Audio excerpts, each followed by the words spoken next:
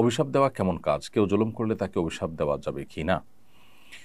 অভিশাপ দেওয়া এটা মৌলিকভাবে সাধারণভাবে কোনো ভালো কাজ নয়। নবী করিম সাল্লাল্লাহু আলাইহি সাল্লাম বলেছেন, ইমানদার কখনো কথায়, কথায় গালমন্দ এবং অভিসম্পাতকারী এটা হতে পারে না। অর্থাৎ ইমানদারের এটি স্বভাব হতে পারে না। তিনি আরও বলেছেন যে, লাম উবআস লাআনান ওয়ালা তাআন ওয়ালা শাত্তামান, আমি অভিসম্পাতকারী, গালমন্দকারী হিসাবে আল্লাহ সুবহানাহু পক্ষ থেকে আমি প্রেরিত হইনি। অর্থাৎ এটা আমার কাজ নয়। অতএব অভিসম্পাত দেওয়া মৌলিকভাবে এটা কোনো ভালো কাজ নয়। তবে কোনো লোক যদি পাপাচারে লিপ্ত হন, পাপিষ্ঠ হন, অথবা কেউ জালিম হন কিংবা কেউ কাফির হন, তাহলে তখন তার প্রতি অভিসম্পাত করা যাবে কিনা? এর উত্তর হলো যে, সাধারণ এবং আপনার জেনারেলি তাদের প্রতি অভিসম্পাত করতে কোনো অসুবিধা নেই। অর্থাৎ যারা অত্যাচারী, যারা জালিম মানুষের প্রতি জুলুম করছেন, তাদের প্রতি কমন এবং সাধারণভাবে অভিসম্পাত করতে কোনো অসুবিধা নেই। কারণ কোরআনে কারিমে আল্লাহ তাআলা বলেছেন, আলা লা'নাতুল্লাহি আলা যালিমিন। জেনে রাখো যে আল্লাহর লাআনত এবং অভিসম্পাত জালিমদের উপর পতিত হবে। অর্থাৎ যারাই জালিম, যারাই জুলুম লিপ্ত, এই অভিসম্পাত তাদের জন্যই প্রযোজ্য হবে। এভাবেই জেনারেলি জালিমদের প্রতি অভিসম্পাতের কথা বলা যাবে। অর্থাৎ তাদের জন্য বদদোয়া করা যাবে, অভিসম্পাত করা যাবে সাধারণভাবে। আর যদি সুনির্দিষ্ট ব্যক্তিকে অভিসম্পাত করার কথা বলেন, তাহলে সেক্ষেত্রে সর্বাবস্থায় সেটি পরিত্যাগ করাটা উত্তম। কেন পরিত্যাগ করা উত্তম? কারণ হলো, যিনি এই মুহূর্তে হয়তো কুফুরে লিপ্ত, তিনি হয়তো মৃত্যুর আগে ঈমান নিয়ে আসবেন। তখন আপনি তার প্রতি অভিসম্পাত করলেন যে, সে অভিসম্পাতটা আসলে যথাপাত্রে হলো না।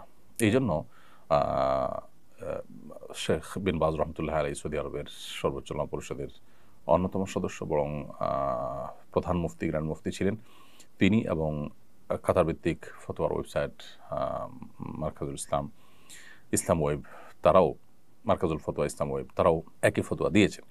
তো এই জন্য সুনির্দিষ্ট ব্যক্তির বেলায় অভিসম্পাত না করে, অভিসম্পাত পরিহার করে জেনারেলি সেটা বলাটাই হলো অধিকতর নিরাপদ। আর যদি ব্যক্তিটি মুসলিম হয়ে থাকেন, একজন মুসলিম, তিনি বিভিন্ন পাপে লিপ্ত, এই ব্যক্তিকে অভিসম্পাত কোনো অবস্থাতে করা যাবে না। আর সুনির্দিষ্ট কোনো কাফির যদি হয়, তাহলে সেই ব্যক্তিকেও অভিসম্পাত করলে তার অবস্থার সাথে সম্বন্ধ করে অভিসম্পাত করা যেতে পারে যে, জুলুমে লিপ্ত ব্যক্তির প্রতি আল্লাহ তাআলা অভিসম্পাত হোক। সেক্ষেত্রে তিনি যিনি জুলুমে লিপ্ত তার উপরে পতিত হবে। কিন্তু নির্দিষ্ট করে নাম ধরে ধরে এটি অভিসম্পাত তখনই করবেন যখন লোকটি জালেম হিসাবে, পাপিষ্ঠ হিসাবে বা কাফির হিসাবে, মুসলিম বিদ্বেষী হিসাবে চিহ্নিত, পরীক্ষিত হয়েছে। যেমন নবী করিম সাল্লাল্লাহু আলাইহি সাল্লাম মক্কার কিছু মানুষদের বিরুদ্ধে নবী সাল্লাল্লাহু আলাইহি সাল্লাম যেমন অভিসম্পাত করেছিলেন মদিনা হিজরতের পর, তো সেই রকম অভিসম্পাত আপনি করতে পারবেন, এমনকি মক্কাতেও। তো সুনির্দিষ্ট কাফির, সুনির্দিষ্ট ইসলামের বা মুসলমানদের চিহ্নিত শত্রু, একেবারেই কমন শত্রু, খুব পরিচিত শত্রু, তাদের ব্যাপারটি ভিন্ন। অনেক উলামা বলেছেন যে, নবী করিম সাল্লাল্লাহু আলাইহি ওয়াসাল্লাম ওহীর মাধ্যমে যেহেতু জানতে পেরেছেন এই লোকগুলোর ঈমান নসিব হবে না, সেজন্য তিনি তাদের জন্য ব্যক্তি বিশেষের প্রতি অভিসম্পাত করেছেন। আমরা যেহেতু সেটা জানার সুযোগ নেই, সো আমরা এটা করব না। এজন্য আমরা আগেই বলেছি যে, এই ব্যক্তি বিশেষকে অভিসম্পাত করার ব্যাপারটিকে পরিহার করাটাই উত্তম।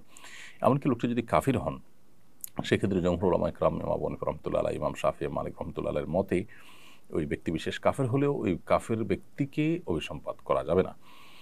কারণ কোরআন কারিমে আল্লাহ বলেছেন, ইন্নাল্লাযীনা কাফারু ওয়া মাতু ওয়া হুম কুফফার, যে ব্যক্তি কুফরি করেছে এবং কুফরি অবস্থায় তার মৃত্যু হয়েছে, উলাইকা আলাইহিম লানাতুল্লাহি ওয়াল মালাইকাতি ওয়ান নাসি আজমাইন, সে ব্যক্তিদের প্রতি আল্লাহ, ফেরেশতা এবং সকল মানুষদের অভিসম্পাত পতিত হয়। তাহলে সেক্ষেত্রে এখানে অভিসম্পাত পতিত হবে ওই ব্যক্তিদের উপর যাদের মধ্যে এই বিষয় রয়েছে যে তারা মৃত্যুও হয়েছে কুফরের উপরে। তো খোলাসা কথা হলো, সাধারণভাবে জালিমদের প্রতি অভিসম্পাত করতে কোনো অসুবিধা নেই, কোরআনে স্বয়ং করা হয়েছে। ব্যক্তি বিশেষকে অভিসম্পাত করার পরে যদি মুসলমান পাপিষ্ঠ হয়, তার প্রতি অভিসম্পাত করা যাবে না। আর যদি কাফের পাপিষ্ঠ হয়, অনেক ওলামাদের মতে করা যাবে, অনেকের মতে করা যাবে তখনই যখন সে চিহ্নিত ইসলাম বিদ্বেষী হবে, তবে অনেকে নিষেধ করেছেন। বেশিরভাগ ইমামগণই ব্যক্তি বিশেষ কাফের হলে তার প্রতি অভিসম্পাত করতে নিষেধ করেছেন।